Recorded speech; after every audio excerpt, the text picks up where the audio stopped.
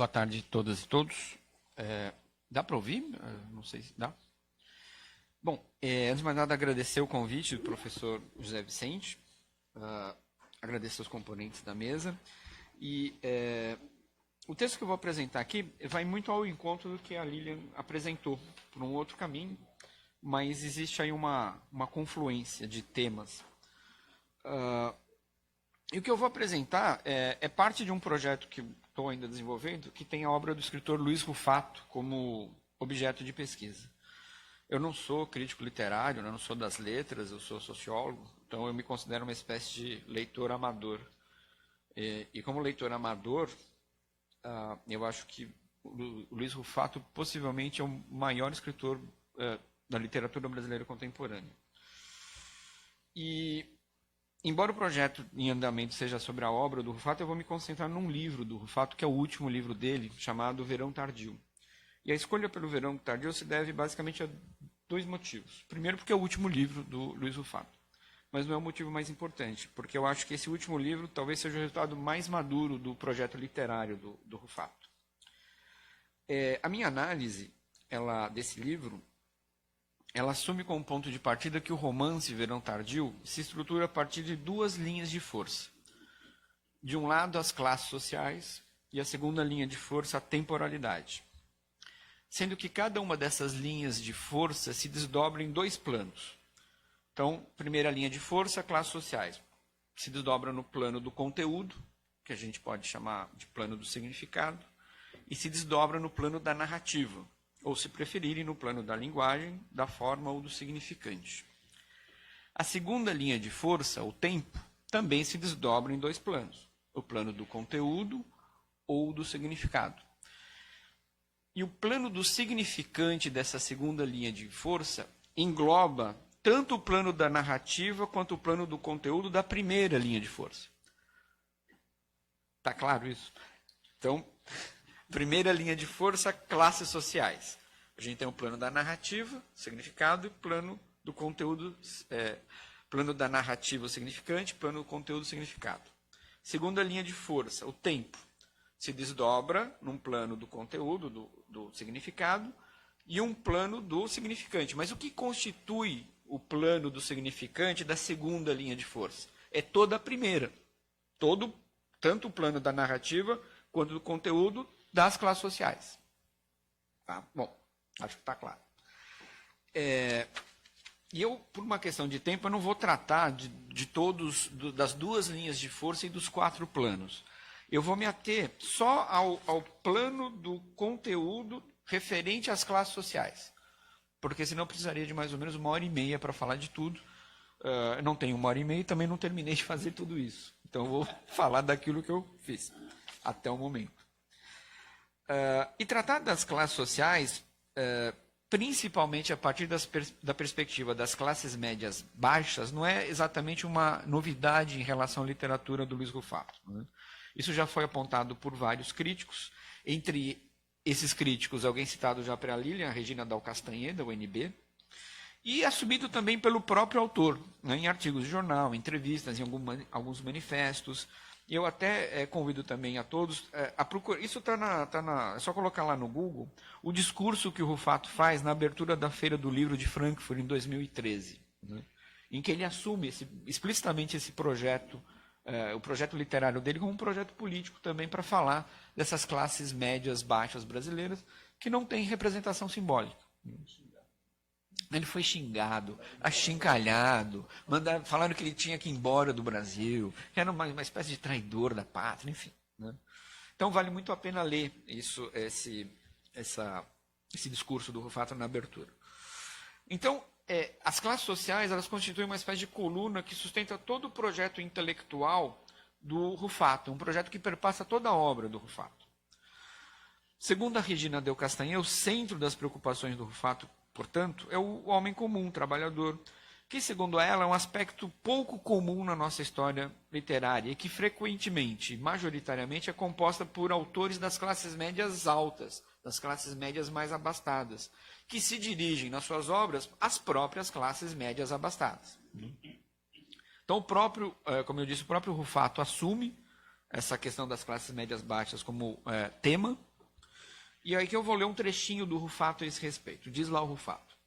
Sobre o que escrever era a pergunta que me parecia fácil responder. Obviamente, eu pensava sobre o universo que conheço, o do trabalhador urbano, os sonhos e os pesadelos da classe média baixa, esse recorte social indefinido, com todos os seus preconceitos e toda a sua tragédia. Mas, curiosamente, quando fui pesquisar na história da literatura brasileira os meus antecessores, imensa minha decepção. Poucos, ou melhor, pouquíssimos autores haviam se debruçado sobre essa questão. Então, ele próprio, Luiz Rufato, oriundo dessas classes médias baixas, ele era filho de um pipoqueiro e de uma lavadora de roupas.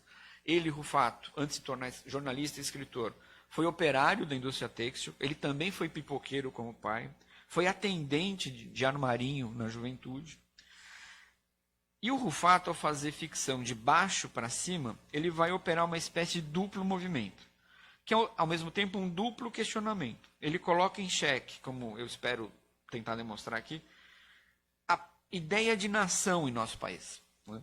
Assim como ele coloca em xeque a própria literatura brasileira, que se silenciou, ela se emudeceu perante esse extrato social. E esse pertencimento de classe, portanto, que é plasmado literariamente e, do meu ponto de vista, com muito êxito pelo Rufato em toda a sua obra, e particularmente em Verão Tardio. O romance, em linhas bem gerais, tem como personagem central o Oséias. Além de ser o personagem principal, ele é o principal narrador da história, mas ele não é o único narrador. Voltando para a sua cidade natal, Cataguases, que é a cidade natal também do Luiz Rufato. E ele volta para a cidade natal por um motivo específico, eu não vou dizer qual, deixar spoiler para vocês lerem o romance. Mas nessa volta ele vai reencontrar o seu irmão, chamado João Lúcio, e suas duas irmãs, a Rosana e a Isabela. E ele volta para Cataguases depois de passar muito tempo em São Paulo. No romance não fica claro exatamente quanto tempo ele passou, mas a gente percebe que é muito tempo. Ele vai para lá, ele se casa, ele arruma emprego, ele perde emprego, vende a casa, enfim. E lá em São Paulo ele trabalha como representante comercial. Né? Ele se casou, teve um filho, se divorciou, se aposentou, enfim. A caracterização dos familiares do Oséias e do próprio Oséias nos mostra que a família do Oséias figura e expressa as relações de classe no Brasil. E, embora todos os membros tivessem a mesma origem de classe, que era uma classe média baixa, porque o pai de todos, durante toda a vida, foi empregado numa fábrica de tecidos, a mãe, para complementar a renda, ela costurava para fora. Então, embora todos tenham a mesma origem, alguns conhecem uma ascensão social ascendente, como é o caso do irmão do Oséias, o João Lúcio, que vai enriquecer, e a Rosana, uma das irmãs. Ela se torna diretora de escola, mas principalmente pelo casamento ela ascende para uma classe média alta. A outra irmã, Isabela Izinha, ela continua no mesmo patamar de classe média baixa. Ela continua pobre, não miserável, mas muito pobre. E a despeito da imprecisão sociológica desses termos, né, classe média alta, classe média baixa, classe média média, eu estou me valendo aqui das expressões nativas, ou seja, aquelas expressões que o próprio Rufato utiliza, né, seja em seus textos literários ou não. Em relação à fatura do romance, a família de Oséias, como já adiantei, representa um microcosmo social no qual a classe média configura um tipo de totalidade social no qual toda a classe média estaria representada, marcada por mobilidades sociais para cima e para baixo, e por tensões, por uma incapacidade brutal de aproximar-se. E para falar então dessa... eu vou me concentrar nessa incapacidade dos familiares de se aproximar. E eu vou ler aqui um trechinho, só mais um trechinho, e a partir desse trechinho eu vou tecer uma série de considerações, até também por falta de pesquisa. São muitos os trechos possíveis a serem citados, mas vou me valer de um, vou me valer aqui sem a mesma criatividade, sem a mesma competência do Erich Auerbach. O Auerbach, num livro chamado Mimesis, ele faz isso. Ele pega um trecho de uma obra e vai tecendo considerações. Então, vou pegar aqui um trechinho e tecer considerações a partir desse trecho. Esse trecho é um diálogo do Oséias com a sobrinha, a Tamires, que é filha da Rosana. E esse diálogo fala das relações domésticas, né, dentro da família da Tamires, da relação dela com o pai, com a mãe, a Rosana, mas que serve para entender a relação entre toda a família do Oséias. E por consequência, para entender as relações entre classes no Brasil. Então diz lá Tamires para o tio: somos planetas errantes naquela casa, tio. De vez em quando, nossas trajetórias se cruzam. Quase nos destruímos. Apesar de nos rejeitarmos, a nossa sobrevivência depende uns dos outros. Forças magnéticas, as órbitas. Então, como eu já também adiantei, as relações interclasses que organizam o texto de Rufato, como já admitido por ele próprio em outras manifestações, figuram as relações entre classes do próprio país, cada vez mais incompatíveis. O distanciamento brutal que se estabelece entre as personagens, creio eu, só algo próximo a um processo de reificação. Não sei se todos aqui são das ciências sociais ou não, mas o conceito de reificação é um conceito elaborado pelo Lukács. Mas o conceito de reificação que eu vou utilizar aqui não é o conceito do Lukács. É o conceito de um outro, talvez a gente possa chamar de filósofo social, que pega o conceito do Lukács e reelabora, que é o Axel Honneth. E o que é reificação para o Honneth? Para ele, reificação é o esquecimento do reconhecimento, que impede a aproximação, a empatia, qualquer forma autêntica de solidariedade ou afeição existencial, para usar um termo do próprio Honneth. O efeito de um esquecimento assim, aponta Honneth, é provocar um desconhecimento em relação ao outro, o que lhe é caro, importante, destino de seu amor e cuidado, que, por sua vez, impede o engajamento real com esse outro. A ausência de uma postura de reconhecimento desenvolve a tendência de perceber os outros seres humanos meramente como objetos insensíveis. Essa amnésia social engendra um autismo social, que nos aprisiona no mundo próprio, com fronteiras rígidas, bem delimitadas, empobrecendo a nossa experiência, uma vez que perdemos a capacidade de compreender as manifestações comportamentais das outras pessoas, suas expressões humanas, não apenas no nível cognitivo, ainda que provavelmente isso ocorra, a nos faltar, portanto, o sentimento de vínculo que pode nos unir. No caso do romance de Rufato, a falta de vínculo que nos desumaniza não deixa de estar ligada às condições materiais de existência, à organização dos modos de produção responsável por criar determinadas formas de sociabilidade. E aí a gente opera um movimento de retorno ao Lukács. Porque o Lukács, quando ele vai falar de reificação, ele parte justamente das condições materiais de existência. O Honneth deixa isso um pouco de lado e joga isso para um nível simbólico, para falar do reconhecimento. Mas a gente pode unir essas duas dimensões. Né? Então a gente pode se inspirar no movimento de retorno Lukács e afirmar que essa falta de vínculo, essa desumanização é também o produto de certas formas de sociabilidade, certas condições materiais de existência. No passado, na cidade de Cataguases, a indústria têxtil empregava famílias inteiras, garantindo seu sustento e definindo muitos dos destinos pessoais. A cidade e as gentes se organizavam em torno da atividade tecelã. No entanto, no presente, o cenário é bem outro. Aqui cito também um trechinho do Rufato, do livro, do romance. Já quase não há fábrica de tecidos. Outros talvez sejam os endinheirados agora. A cidade está feia, suja, fedendo a mijo. O lixo se espalha pelos meios-fios. Mendigos e camelôs disputam os passantes. A cidade cresceu, fim da citação. A cidade cresceu, urbanizou-se, mas não graças à indústria, outrora promessa do emprego, uma centelha de esperança.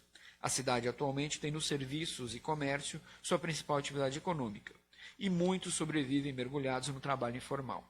Sinais de mudança do ciclo de reprodução do capital. Tais indícios no romance confirmam o engajamento materialista do autor.